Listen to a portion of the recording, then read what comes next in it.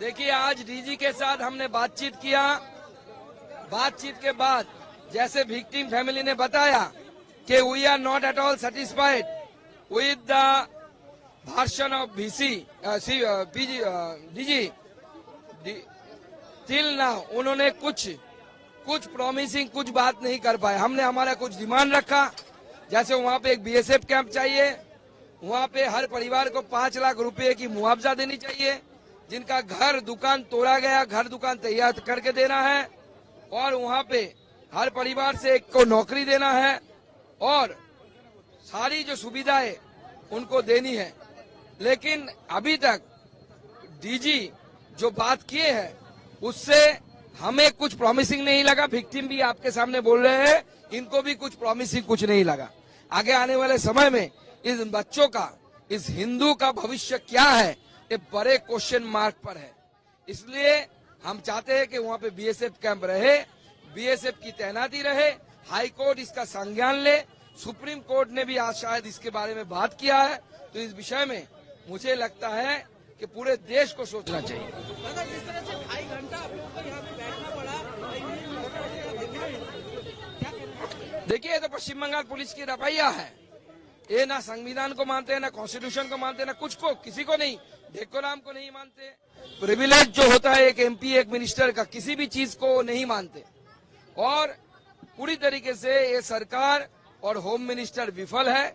इनको भी कोई कॉन्फिडेंस नहीं है सरकार के ऊपर, पुलिस के ऊपर। और हम चाहते हैं कि होम मिनिस्टर यानी हमारे मुख्यमंत्री ममता बनर्जी इस्तीफा दे। एक सरकार का काम नहीं है मंदिर तैयार करना, मंदिर बनाना।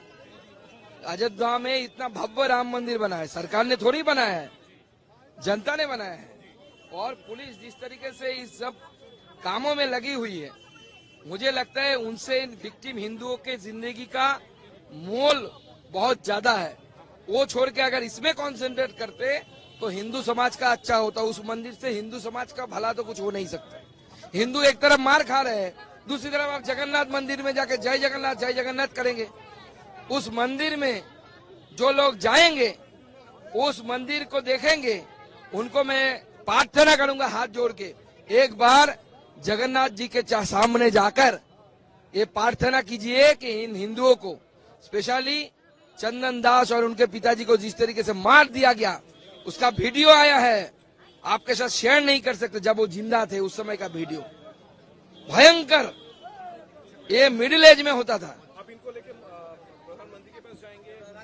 अभी हम राज्यपाल ऑफिस के साथ कांटेक्ट कर रहे हैं। अगर कल आदरणीय गवर्नर साहब यहाँ पे रहेंगे तो हम प्रतिनिधि दल के साथ उनको लेके जाएंगे। और होम मिनिस्टर के पास लेके जाने वाले हैं क्या?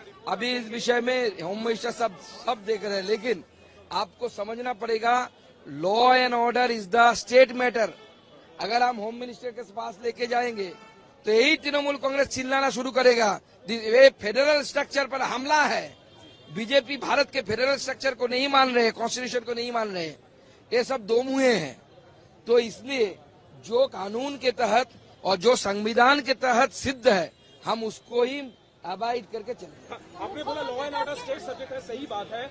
जिस समय ये घटना घट रहा था, पुलिस से कंट्रोल नहीं हो पाया, डीएम के रिक्वेस्ट पे बीएसएफ को तैनात किया गया, लेकिन उसी बीएसएफ के खिलाफ आज मुख्यमंत्री बोल रही हैं कि बीएसएफ के लिए। मैंने आईडीजी को बोला, वो बोल रहे थे हम सबके साथ कोलैबोरेशन से काम कर रहे हैं। मैंने बोला था आप तो एफआईआर करने वाले हैं, उन्होंने जवाब नहीं दिया, हिम्मत नहीं हुई उनको जवाब देने की। हम बोलेंगे, हम एक प्रश्न पूछना चाहते हैं डीजीपी साहब से। एक तरफ आप बोल रहे हैं कि हमने बीएसएफ का सहायता लिया, डीएम ने बीएसएफ को बुलाया, मुख्यमंत्री दूसरी तरफ बोल रहे हैं who is the chief of the state, वो बोल रहे हैं कि बीएसएफ के खिलाफ जो भारत का फर्स्ट लाइन डिफेंस है, जो सीने में पहली गोली वो खाते हैं, उनके खिलाफ एफआईआर करेंगे। ये एक देशद्रोही का काम हो सकता है, किसी देश प्रेमी का काम नहीं हो सकता। ममता बनर्जी का बिहेवियर जमात के लोगों के साथ मिल रहा है, अंसारुल बांग्ला के लोगों के साथ मिल रहा है, किसी स्टेट के चीफ मिनिस्टर की तरह नहीं हो रहा है। उन्होंने भारत का कॉन्स्टिट्यूशन का शपथ लिया है, भारत के कॉन्स्टिट्यूशन के ओथ लिए है, उसके बावजूद भारत के जो स्ट्रक्चर है, उन स्ट्रक्चरों को वो खुद धूमिल करने में तुले हुए हैं।